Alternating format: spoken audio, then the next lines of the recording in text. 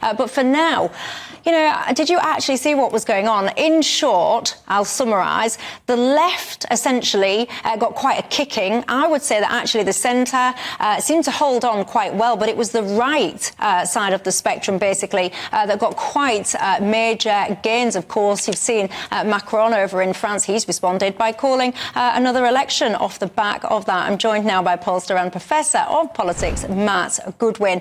Good evening to you, Matt. I've just summarised in a brief nutshell some of the goings-on. I can tell you there's warnings galore from many prominent politicians today, telling us all to be careful of the far right, the hard right, and so on and so forth. Help our viewers understand what happened and the impacts here of that too.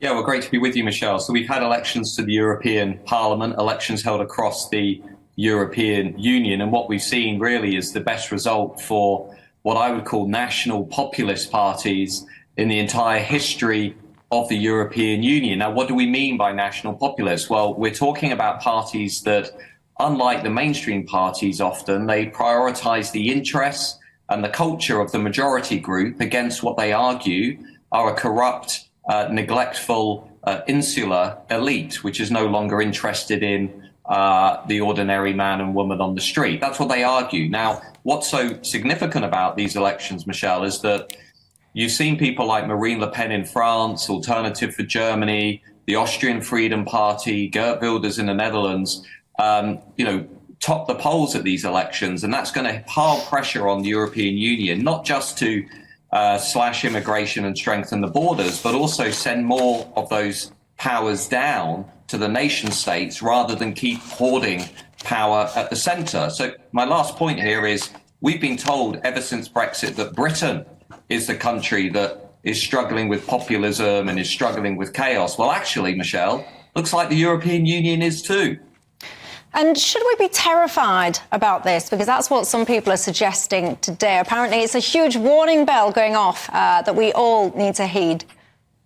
Some of these parties aren't particularly nice, and some of the people in these parties, as we've seen in the case of Germany, where one of the politicians there had seemingly made nice noises about people in the SS in the Second World War. Some of these politicians aren't nice, there's no doubt about that. But my view is that actually this debate is also infused with a lot of what I'd call liberal catastrophizing, namely that when parties do well, that want things that liberals don't really want to give people, like lower migration, stronger borders, they use concepts like the far right, Islamophobia, transphobia, or the new one, which is just simply hate.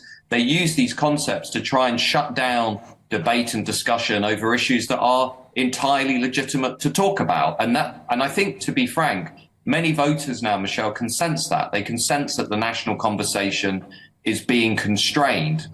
There's no doubt some of these parties are bad news, no doubt about that, but many others operate within democracy. They just want a different kind of democracy, Michelle. They want to put the majority will ahead of minority elites, and that's a direct conception of democracy. It's not a liberal conception of democracy, but it is democracy nonetheless.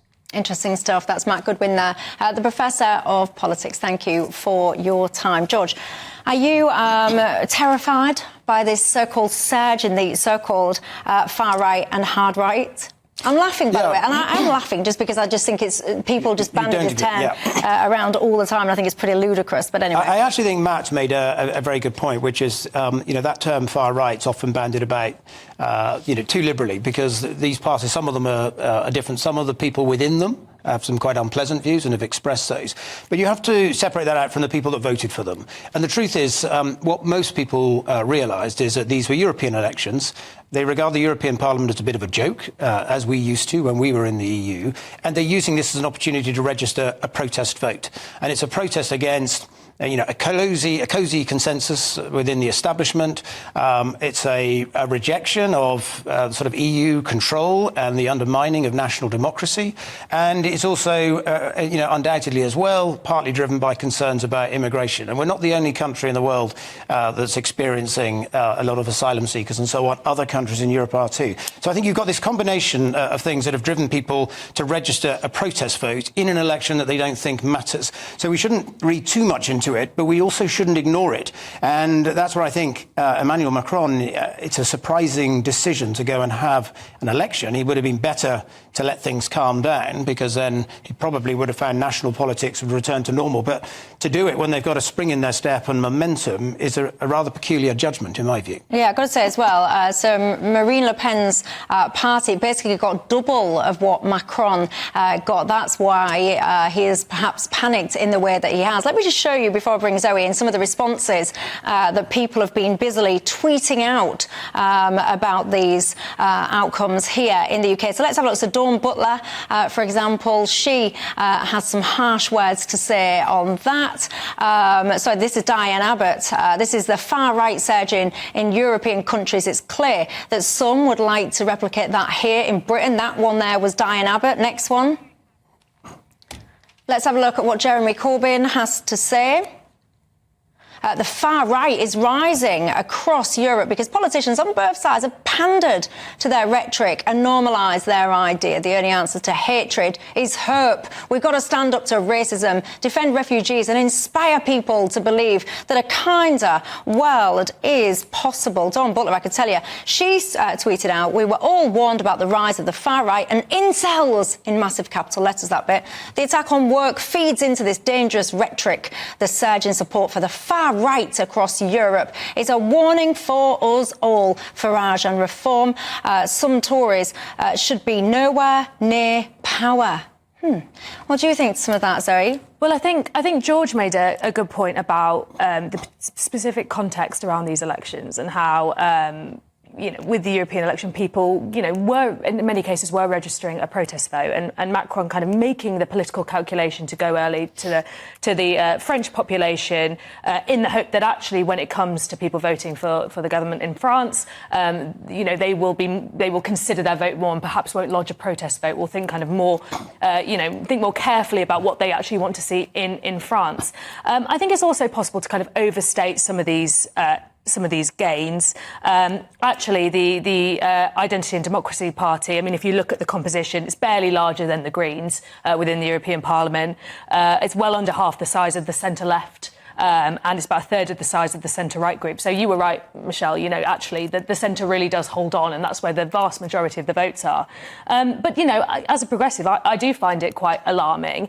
We've heard coming out of Europe, lots of people kind of warning about the rise of the far right, particularly amongst young voters, which is quite interesting, because we know here in the UK there tends to be more support for right-wing parties from older groups. But in Europe, we're seeing quite a bit of support from younger groups, and that has been linked somewhat to social media and the kind of spread, in some cases, of conspiracy theories as well. So stuff like that, I think we have to be really careful about. Misinformation spreading, political parties jumping on misinformation to shore up support and sow division. But I would also say, clearly if people across Europe are unhappy with the state of play in some cases, politicians need to listen to them. We can only move forward with productive conversations about things. And I also think, there is an argument here that in the face of financial insecurity and growing inequality, people are clearly unhappy and government should respond to that. I'll just bring up, actually, the composite now of the European Parliament, what it will look like, just in case you're not familiar with it. In essence, though, like we've just been describing then, the parties to the right of the centre. So if you imagine, if you can see where Renew Europe is, and then you've got the EPP, I would draw the dotted line there, where I would say the kind of the centre is, and then to the right of that, starting with the EPP onwards, that is where I would describe as the centre-right, leaning more towards the right. As we've just been discussing, they do tend to group together,